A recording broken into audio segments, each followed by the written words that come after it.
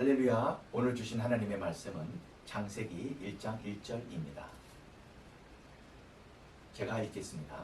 태초에 하나님이 천지를 창조하시니라. 아멘.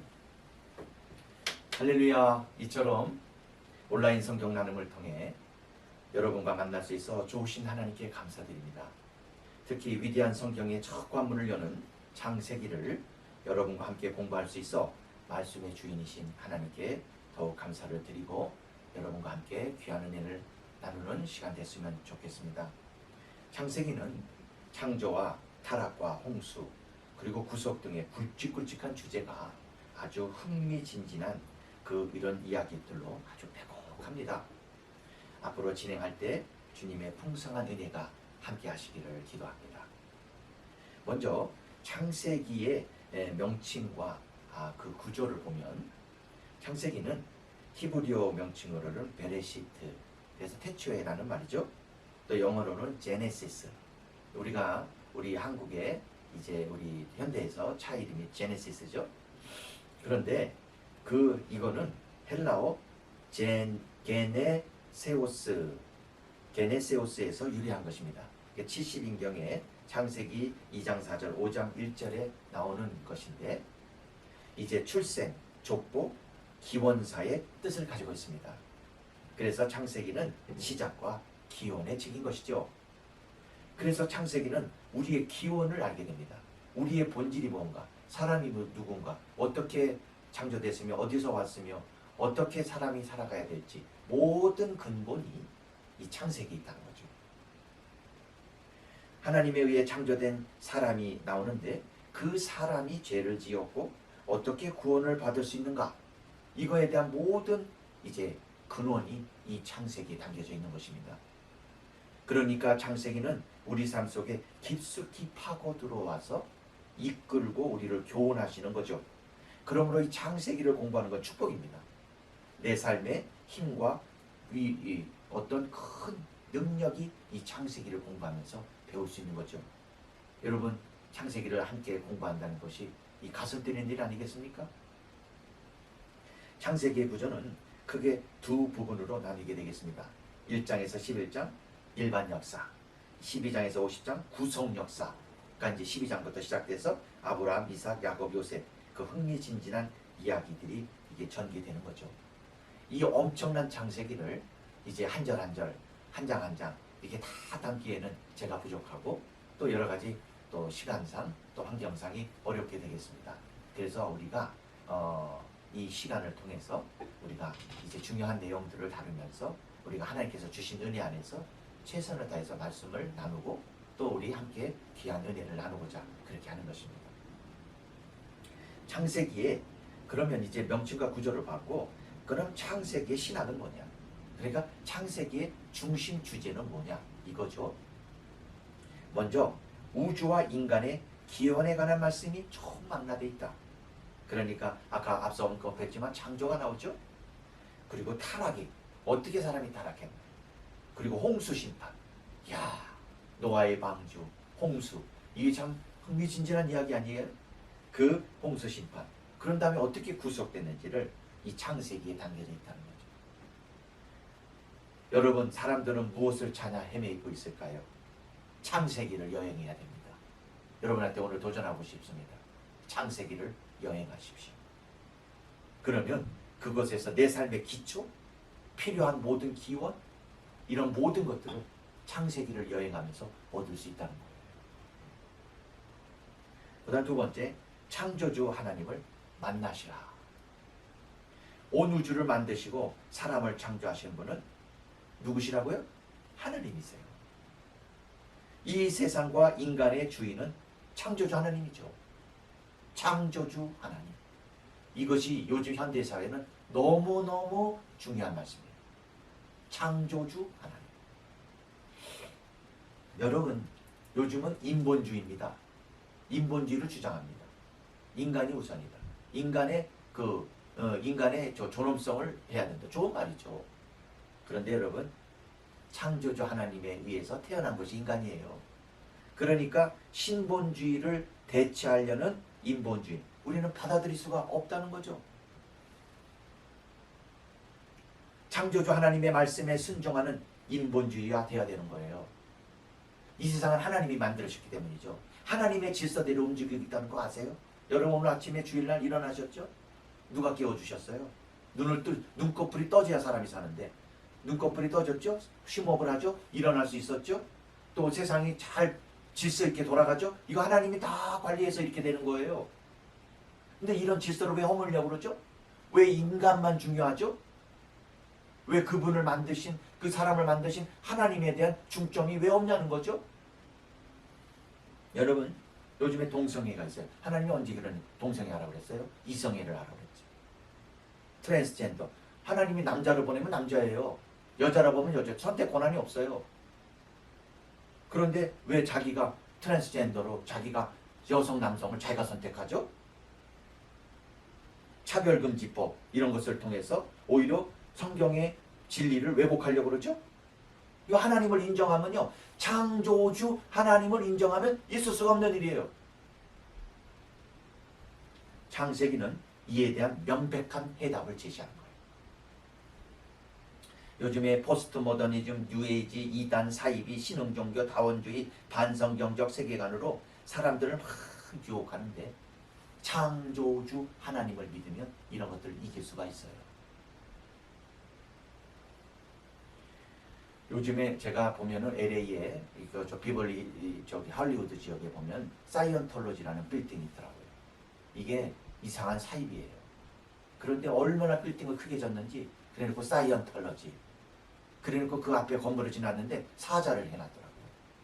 그러면서 창조주 하나님을 믿지 않고 무슨 사이언톨로지 해가지고서 사람들을 미혹하고 있는 거죠. 그게 미국의 중심주의 하나인 할리우드에 그렇게 꽉 차 있더라. 참 많은 것을 생각했어요. 그 사람들이 그걸 보면 무엇을 생각할까? 왜 가장 중요한 도시에 중요한 곳에 하나님을 찬양하는 그러한 것이 있어야죠. 그런 거 하면 차별금지법. 아, 너네 그런 거 하지 말라고. 자기들은 왜 그런 걸 안 해요? 이게 세상이 거꾸로 되고 있는데 창세기를 공부하면서 그것이 해소가 된다는 거예요. 세 번째는 하나님의 절대적인 주권과 선택 그리고 언약이 창세기에 담겨져 있어요. 하나님은 절대 주권을 가지시고 그런 하나님이세요. 하나님은 절대 주권자세요. 하나님이 하시는 거예요. 그런 하나님이 우리를 선택하시고 언약을 맺으시고 그리고 아브라함 언약 알죠 여러분? 여러 이제 우리가 이제 나중에 보겠지만 아브라함 언약을 생각해 보세요.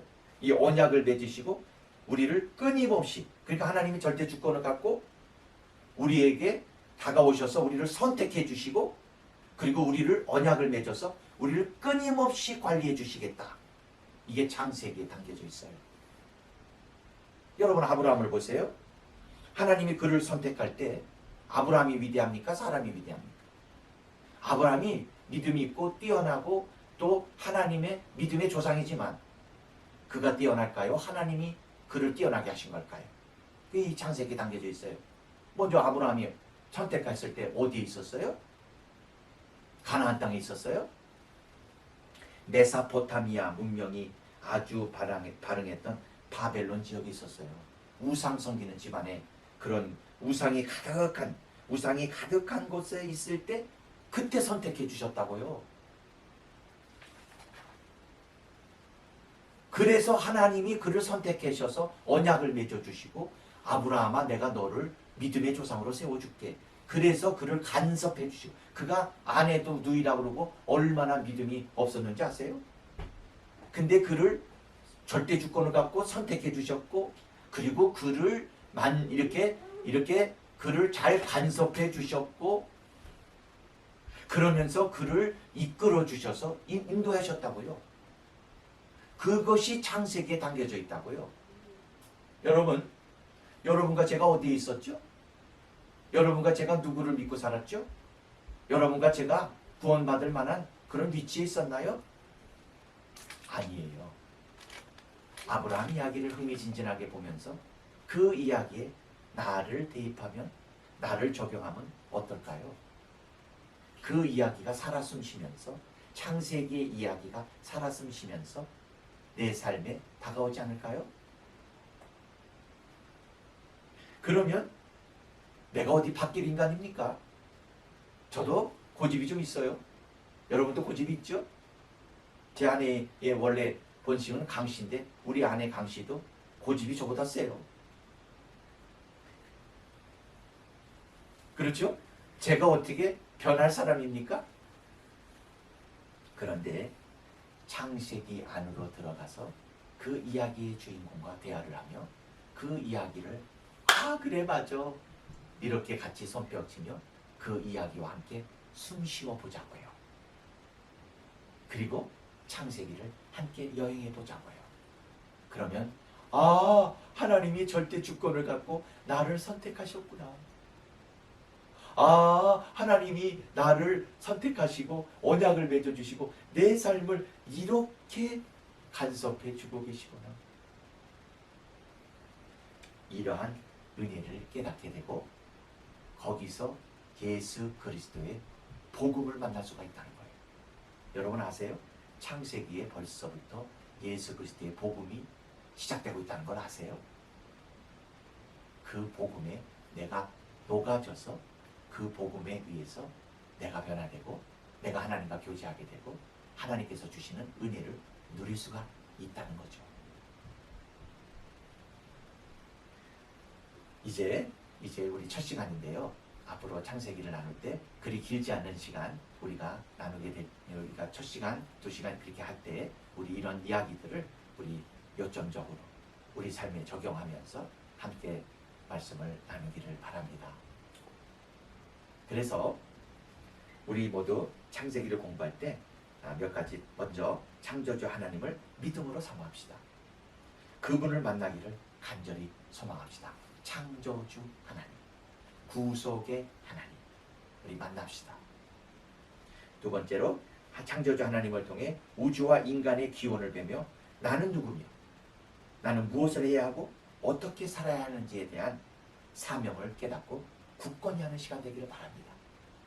그리고 세 번째, 하나님의 절대 주권에 의해 내가 선택받았구나 하는 감사의 믿음을 강하게 하고 더 나아가서 나와 언약을 맺어주신 하나님의 아들 예수 그리스도의 구원의 은혜를 그렇게 누리며 살게 되기를 바랍니다. 이렇게 어떻게 그러면 이 구체적인 은혜를 맛볼 수 있을까요? 우리가 창세기를 나누면서 그거는 창세기 1장부터 50장까지의 말씀에 내 영혼과 삶을 담아 그 말씀이 내 안에서 또한 나의 생활 가운데 사라지도록 살아내도록 요즘에 우리 그런 표현하죠. 믿음으로 사라지도록 믿음으로 살아내도록 그러니까 창세기의 말씀이 그냥 살아 움직여서 내 삶에 사라지도록 그러면 창세기의 엄청난 은혜가 우리의 삶에 컨택을 해주셔서 우리의 삶이 은혜가 풍성한 그런 복음이 충만한 말씀이 충만한 삶이 될 것입니다. 여러분 이런 은혜가 사모되지 않으십니까? 여러분 이 창세기를 공부하는 동안 저를 위해서 또 이 시간을 하나님께서 은혜 주시기를 함께 기도해 주시기를 바라고 우리 또 다음 시간 있을 때까지 우리 성삼위 하나님께서 여러분을 지키시고 또 인도하셔서 또 강건하고 은혜 주심으로 말미암아 또 창세기를 통해서 우리가 새롭게 됨으로 말미암아 또 될 수 있기를 소망하면서 우리 다음 시간에 만나 뵙도록 하겠습니다. 할렐루야.